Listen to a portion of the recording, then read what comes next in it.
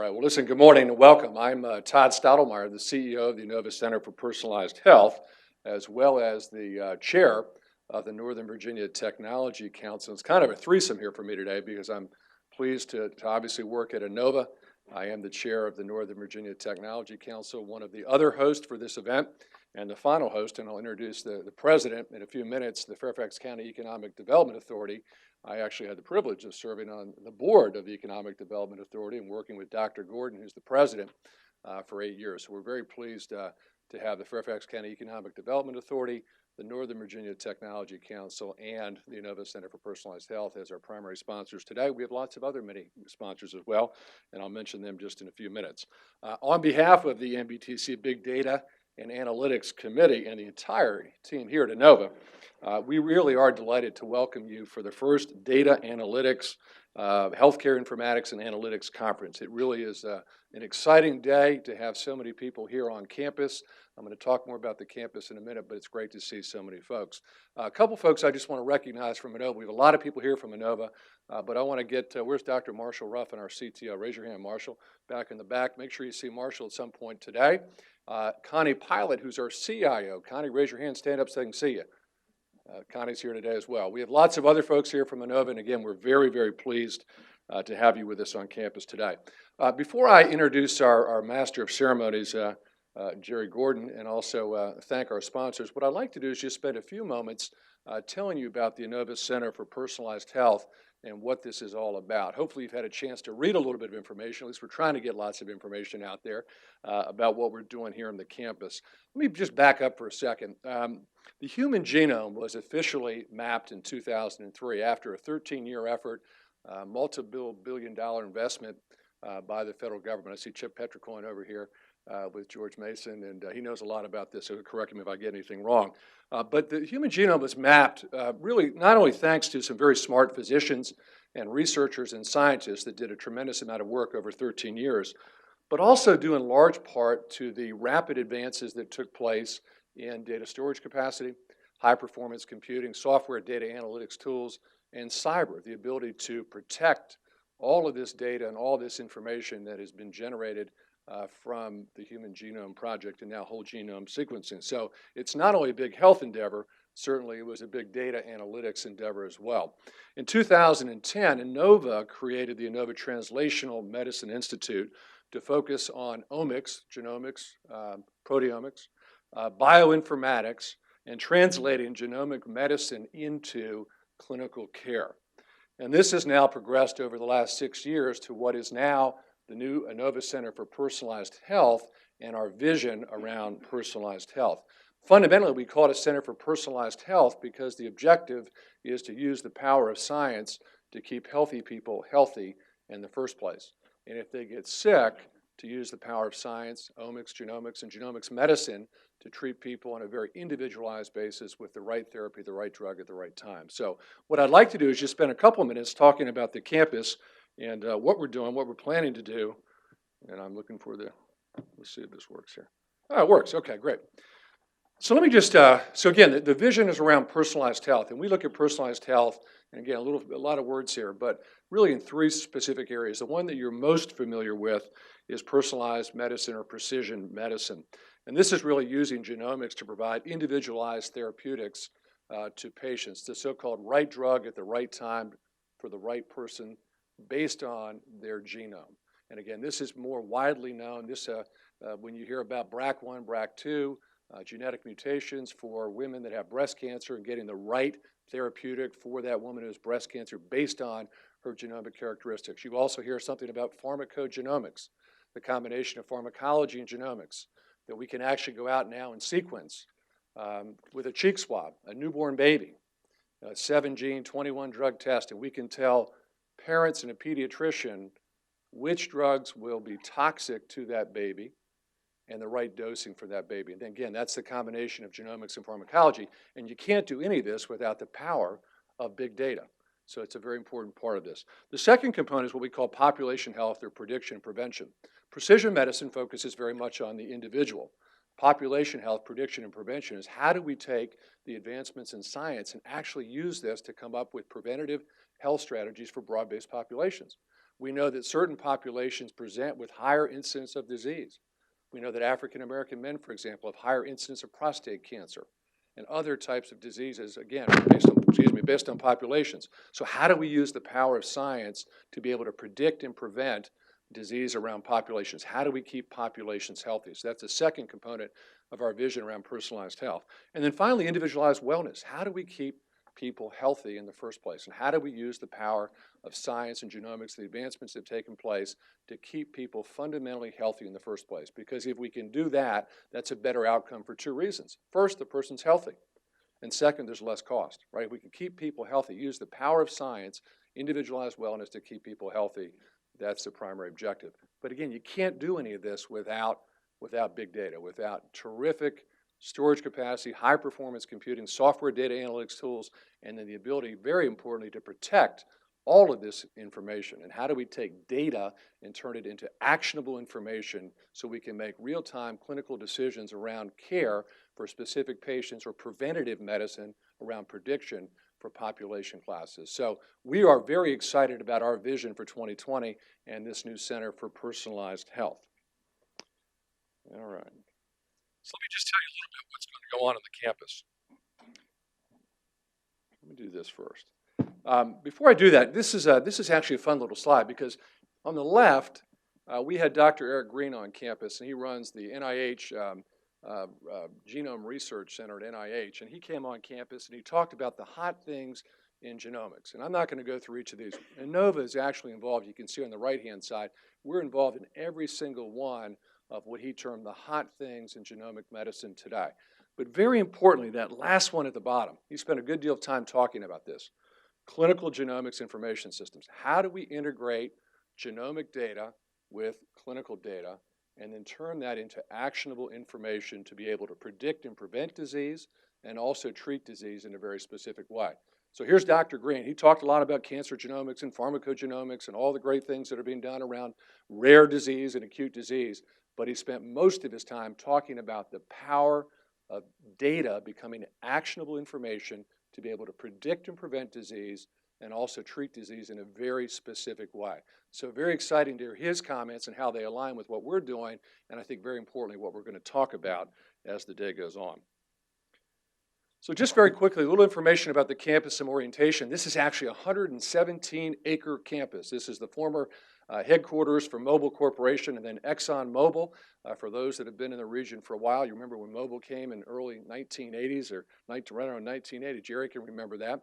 And great to have a corporate headquarters here.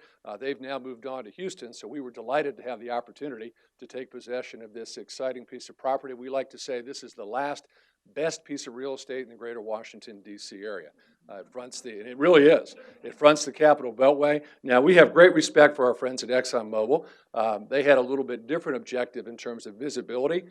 You could actually be in this community for a while and probably know that they weren't here because of all the wonderful trees and screening, and they were very private. We, in a very environmentally sensitive way, I want to emphasize environmentally sensitive, are going to make sure that the whole community, the Northern Virginia, Greater Washington, D.C., East Coast, and the United States has the opportunity to have more visibility about what we're doing on this campus. So we look forward to really opening the campus up and the opportunity for people to have visibility from all of our main streets, the Capital Beltway, Route 50, Gallows Road, from above, from below, and all around.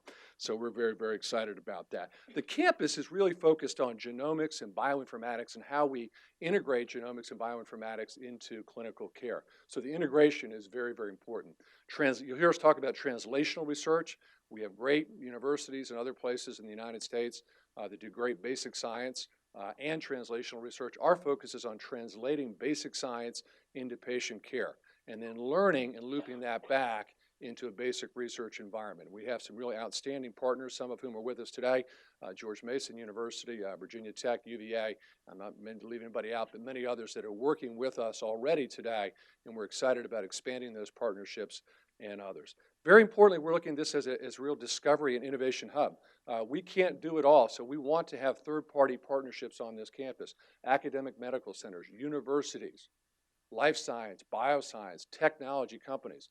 We're really looking at this campus as a convening place where we can not only attract some of the best men and women from around the world, clinicians, researchers, technologists, and also companies, organizations, universities, academic medical centers, as we work to build out this ecosystem around personalized health and use it as a real opportunity for discovery and innovation.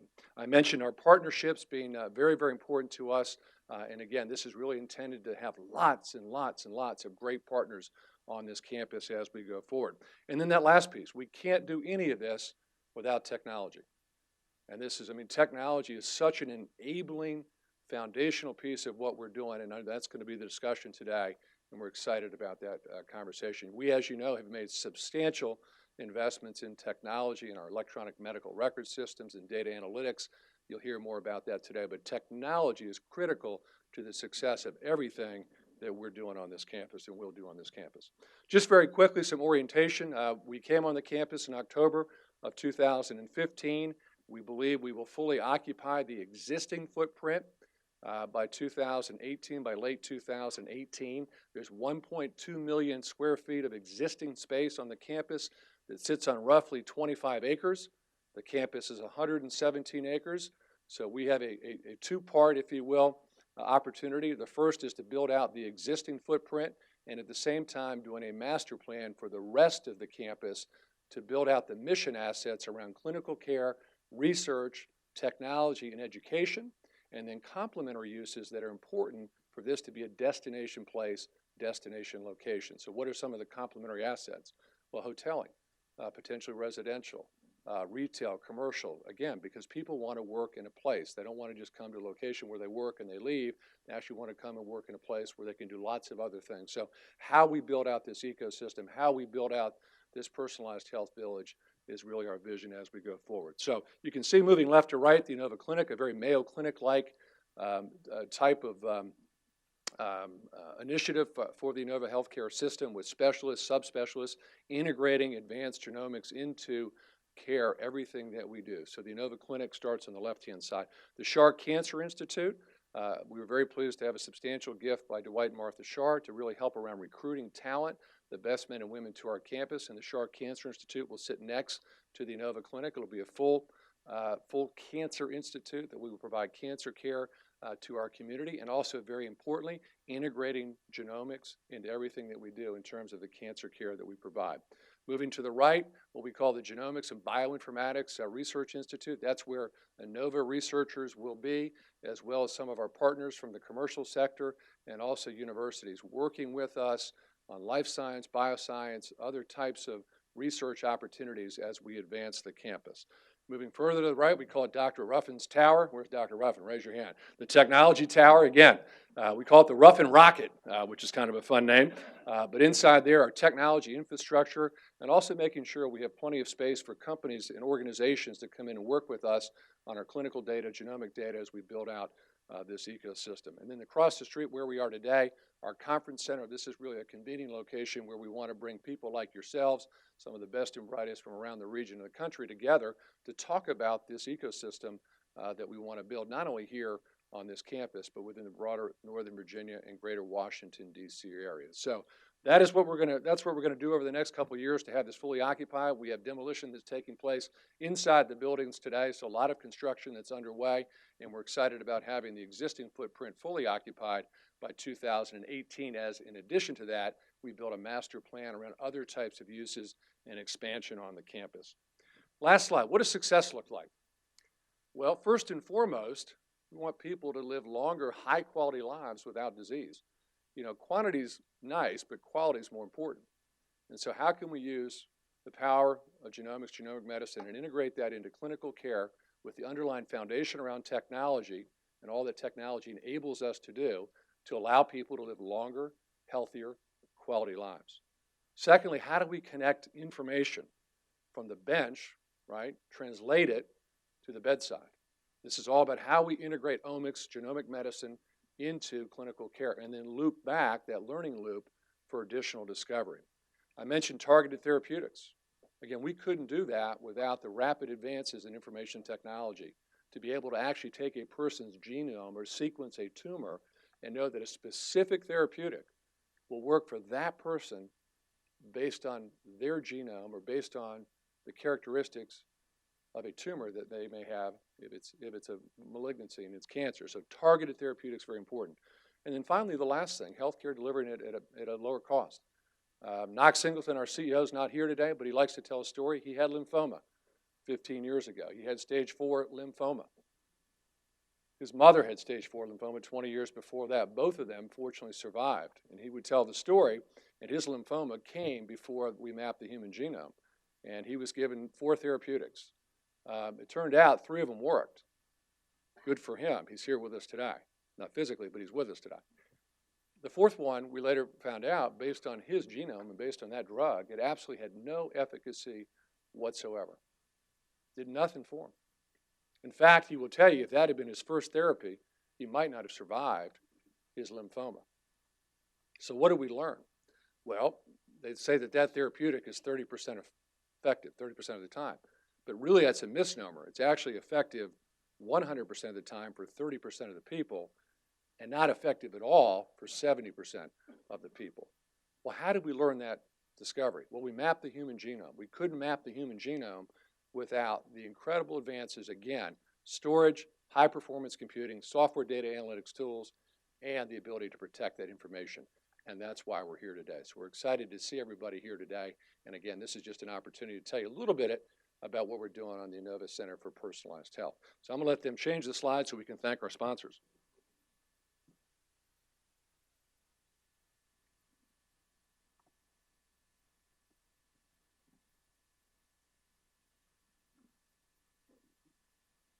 Okay, we don't want that picture. All right. We'll keep, all right, you're going to all right, so let me just thank our partner sponsors. Hopefully these are going to come up on the, yep, they are great. First, Fairfax County Economic Development Authority, the Inova Center for Personalized Health, and of course the Northern Virginia Technology Council. Our platinum sponsors, where's Greg? There's Greg. Attain, great to have Attain here, LLC. MapR Technologies, Maximus Federal Services, Noblus, and SAP. Our event sponsors, Cladera, CoreSite, General Dynamics Information Technology, KME Digital, the Loudoun County Economic Development Authority, MetaStream Incorporated, Oracle, the University of Virginia, and Vorback. And finally, a special thank you to our student scholarship sponsor, IBM, for hosting students from our region's universities and community colleges at today's event. I like our students. Where are our students? Stand up. We've got students here. Where are they? Come on, don't be bashful. All right.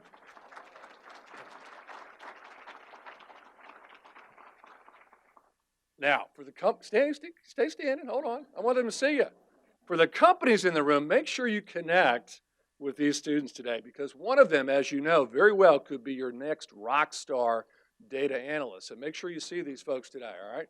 Give them a big hand. There you go. All right, let's thank all of our sponsors. Big hand of applause for our sponsors, too.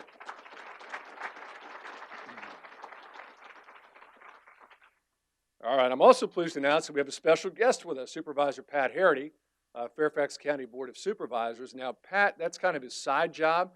Pat's actually been in the data business for a long time as a chief financial officer, working for several technology companies. So on the side, he's a member of the Fairfax County Board of Supervisors, but he's actually one of us. So Pat Harity, raise your hand back there.